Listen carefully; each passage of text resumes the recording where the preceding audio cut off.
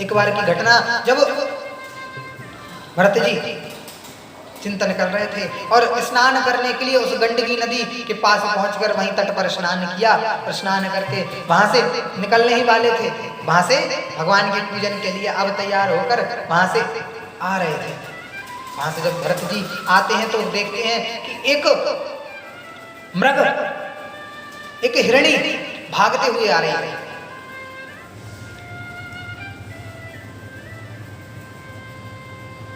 जब उसे हिरणी को भागते हुए वो देखते हैं कि वो क्यों भाग रही है, कारण जानने के लिए दूसरी ओर दृष्टि करते हैं तो वो देखते हैं कि वहां से कोई सिंह उसके पीछा करते हुए दौड़ते हुए बड़ी तेजी से आ रहा है और एक तरफ नदी है, दूसरी तरफ बीच में हिरणी, वो हिरण है और दूसरी तरफ सिंह। भरत जी देखते हैं, देखते देखते वो सिंह से डरकर वो हिरणी उस गंडकी नदी को पार करने का प्रयास करती है और वो जल में कूद जाती है। जिस समय वो जल में कूद रही होती है वो हिरणी जो है प्रसूति रहती है, वो गर्भ से रहती है, उसके गर्भ में एक हिरण शावक रहता है, वो उस जल में ही उसका प्रसव हो जाता है और वो बालक, वो हिरण शावक उस जल में गिर जाता है और वो हिरण भागकर उस तरफ पहुंची है नदी के और कुछ क्षण बाद एक तरफ जाकर उसकी मृत्यु हो जाती है। भरत जी देखते हैं, देखिए संतों के हृदय में बड़ी दया होती है, बड़ी करुणा होती है, बहुत दयावान होते हैं संत सरल चित जगत है। और वो संत स्वभाव वाले भरत जी दया के कारण उस मृग शावक को जल से बाहर निकालते हैं, उसको पहुंचकर उसको अग्नि के द्वारा, देखिए यहाँ पर दया की बात है, भरत जी ने दया करी, कहते हैं दया बिन संत कसाई। यदि दया नहीं है संत के अंदर तो वो कसाई है, वो संत नहीं है। दया बिन संत कसाई, और दया करी तो आफत आई, दया करी तो आफत आई, दया करी। आज उस शावक के ऊपर वहां पर विचार करने लगे भरत जी, यदि इसको बचाएंगे नहीं, संत स्वभाव है और भगवान ने कहा है शरणागत कहूं जीत जाए, निज अनहित अनुमान ते नर पामर पापमय ते नहीं विलोकत हानि। उनको तो देखने से भी हानि है। इस प्रकार से उस शरण में आए हुए उस शावक को अपने पास उसको सहलाकर, उसको आग से तपाकर और उसको बड़ा करते हैं। यहाँ वहाँ से आश्रमों से दूध लाते हैं, अपनी पूजन पाठ करते हैं और फिर उसका पालन पोषण में लग जाते हैं। अब भरत जी उसके साथ ऐसे रहने लगे मानो उनका पुत्र हो।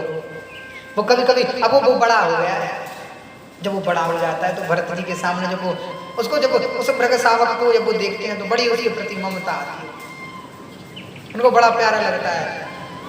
जब वो हरी हरी घास जंगल से ढूंढ कर उसको लाते हैं, कोमल कोमल पत्तियां, प्यारा सा पात्र में अपने पात्र से जल निकाल कर उसको जल पिलाते हैं, वो धीरे धीरे बड़ा होता है, वो बड़ा सुंदर लगता है। और धीरे धीरे भरत जी उसको अपने बच्चे के जैसा प्यार करने लगे, बड़ा प्रेम दर्शाते उस पर। वो कभी कभी तो वो अपनी संध्या वंदन करते तो वो मृग शावक आके कभी कभी उनको अपनी जिह्वा से चाटता, उनके शरीर का स्पर्श करता, उनको बड़ा आनंद का अनुभव होता है। और धीरे धीरे अब पूजन कम और उसका चिंतन ज्यादा, उसकी छोटी छोटी सी आंखें, उसके प्यारा सा स्पर्श, जब वो जिह्वा से चाटता बड़ा प्यारा लगता है। आपने कभी गाय के बछड़े को देखा होगा, जब वो हमारे हाथ पर या हमारे हाथ से कुछ चीज खाकर हमारे हाथ पर स्पर्श करता है, कितना प्यारा लगता है। तो उस हिरण में भरत जी का धीरे धीरे मोह बढ़ता गया। और एक समय ऐसा आया, भरत जी अब वो पूजा नहीं करते, अब केवल उसकी चिंता में लगे रहते हैं। आश्रम छोड़कर जाने का मन नहीं होता, कहीं उसको कोई बड़ा जानवर आकर नुकसान ना पहुंचा दे। अब वो बड़ा हो गया और वो धीरे धीरे आश्रम के बाहर निकलने लगा। भरत जी देखते हैं, उसके ऊपर निगाह रखते हैं। एक बार भरत जी किसी कारण से आश्रम के बाहर जाते हैं, वो मृग शावक अकेला आश्रम में रहता है, उनकी कुटी के पास। वो देखता है कि पास में से उसी के जैसे कुछ जीव जो उसके जैसे दिखते हैं वो गुजर रहे हैं। तब उसको याद आता है कि मैं ये नहीं हूं जो ये महात्मा के साथ में रहकर, मैं ये नहीं हूं, पक्का इनमें से मैं कुछ हूं और हो सकता इनमें कोई मेरा संबंधी मिल जाए, ढूंढूं। इस तलाश में वो उन मृगों के साथ शामिल हो जाता है।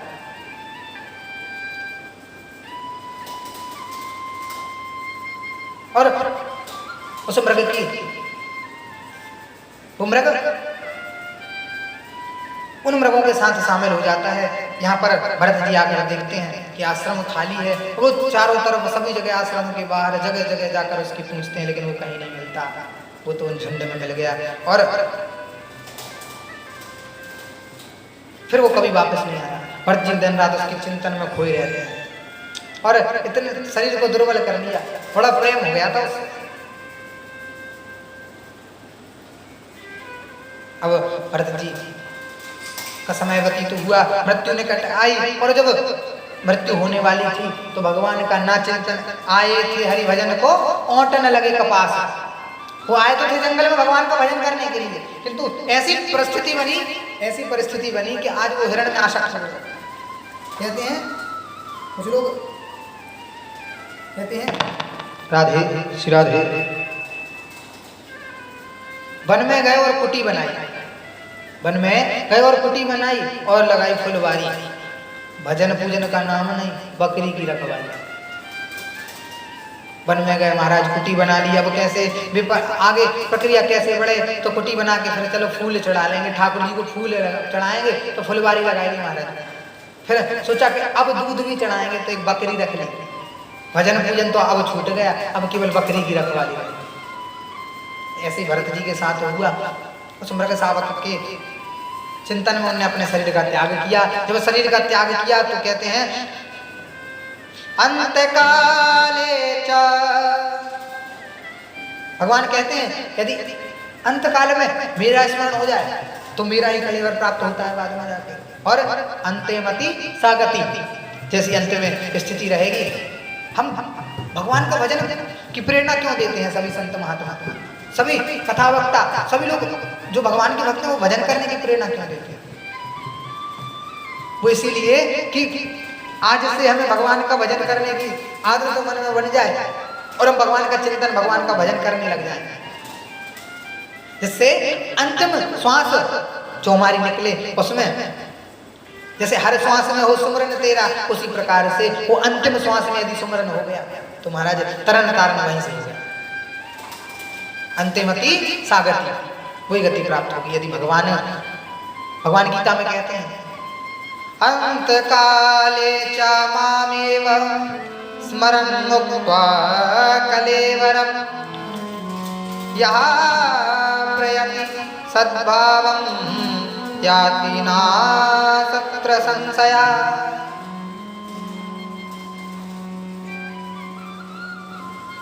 यदि अंतिम श्वास में मेरा स्मरण करके कोई प्राणी शरीर को छोड़ता है तो अंतिम स्थिति के बाद वो मृत्यु के उपरांत मेरे ही कलेवर को प्राप्त करता है, उसको सारूप मुक्ति की प्राप्ति होती है। और भरत जी ने हिरण शावक का ध्यान किया और बाद में दूसरे जन्म में उनको पुनः इस पृथ्वी लोक पर जन्म लेना पड़ा और अब की बार वो मृग के रूप में ही उन्होंने जन्म लिया। महाराज मृग के रूप में वो जन्म लेके और फिर उनको भगवान की उस भजन अधूरा छूट जाए जब किसी योगी का, तो उसको याद रहती है अपने पूर्व जन्म की कि मैं पूर्व जन्म में योगी था, उसका भजन बार बार उसे याद आता है। इसी प्रकार से उन भरत जी को भी वो भजन बार बार याद आता है। अब भरत जी इंतजार करते हैं कभी ये शरीर छूटे और धीरे धीरे भगवान का चिंतन उसी शरीर में, उस मृग योनि में ही वो भगवान का चिंतन करते हैं। धीरे धीरे उन मृगों से और सब मृगों के साथ रहते थे। अब एकांत में आ गए, किसी पेड़ के नीचे बैठकर वहीं पर उसकी सूखी पत्तियां चबाते हैं और व्रत करते हैं। धीरे धीरे वो सूखी पत्तियां चबाकर और भगवान का चिंतन करते हैं। उसी रूप में चिंतन करते करते पत्तियां खाना भी छोड़ दिया महाराज, उपवास करने लगे। उस मृग शरीर को धीरे धीरे करके त्याग दिया है और बाद में जाके वो भरत जी महाराज अब एक ब्राह्मण कुल में जन्म लेते हैं और उस कुल में भी जाके उनका नाम भरत ही रखा जाता है।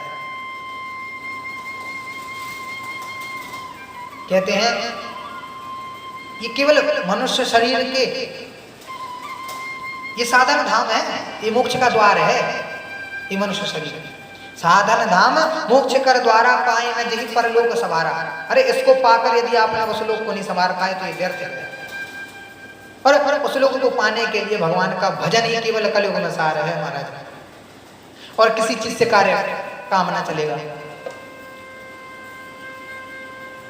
भरत जी अब परिवार में रहते हैं, पिताजी बड़े ही विद्वान ब्राह्मण हैं। देखिए जैसे ब्राह्मण का कर्तव्य है गायत्री जाप करना, आज जब वो बड़े हो गए हैं तब वो पंडित जी उनके पिताजी उनको गायत्री मंत्र याद कराते हैं, किंतु अब वो उनका मन नहीं है इस कर्मकांड में, उनका मन नहीं है अब किसी और चीज में, अब वो केवल उन भगवान की प्राप्ति करना चाहते हैं।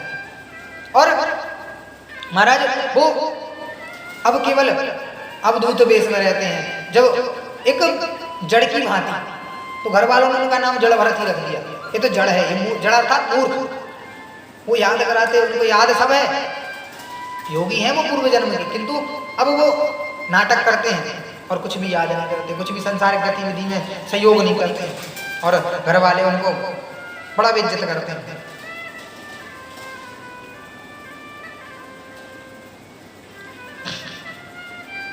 अब जब उनके पिताजी ने भी उनका तिरस्कार कर दिया, उनके बड़े भाई भी कुछ समय बाद पिताजी के चले जाने से घर में अब बड़े भाइयों की चलने लगी। घर में अब बड़े भाई हैं, उनकी पत्नी भाभी वगैरह उनकी चलने लगी। भरत जी जब जड़ की भांति व्यवहार करते हैं तो ये सब किसी को पसंद नहीं आता, और वो कभी कभी सोचते हैं कि चलो ये सुधार करेगा, धीरे धीरे अब इसकी उम्र बढ़ रही है, जवान होता जा रहा है, ये सुधार करेगा अपने आप में। और उनको काम बताते हैं, खेत पे ले जाते हैं और खेत में ले जाके कहते हैं तुम कुछ भी काम उनको बता देते हैं, वो काम करने के लिए कहते हैं। वो सोचते हैं यदि काम करूंगा तो कल फिर ये कराएंगे और फिर काम में फंस जाएंगे। भरत जी को कहते हैं अब तुमको यहाँ पर एक गड्ढा करना है, ऐसे गड्ढे एक ही जगह पे 100 फीट का गड्ढा करना है, कुआं बनाना है। कुएं खुदवाने के लिए वो कहते हैं वो अलग अलग जगहों पे 1-1 फीट का गड्ढा खोदते हैं। तब भाई उनको डांटते हैं, बिल्कुल मूर्ख है, जो बताया था वो नहीं करेगा, ये कहा था जो तूने कर दिया, और वो कुछ नहीं कहते। महाराज एक दिन भाई लोग उनको खेत पर छोड़कर उनकी जमीन पर जहां पर फसल लगी हुई है, वो फसल पक्की फसल है, कुछ समय बाद उसको महाराज घर ले जाएंगे और भरत जी को उसकी रखवाली के लिए रख देते हैं।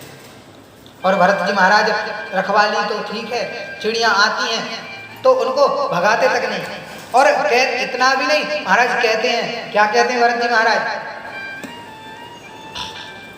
राम जी की चिड़िया राम जी को खेत, पाओरी चिड़िया भर भर पेट, राम जी की चिड़िया राम जी को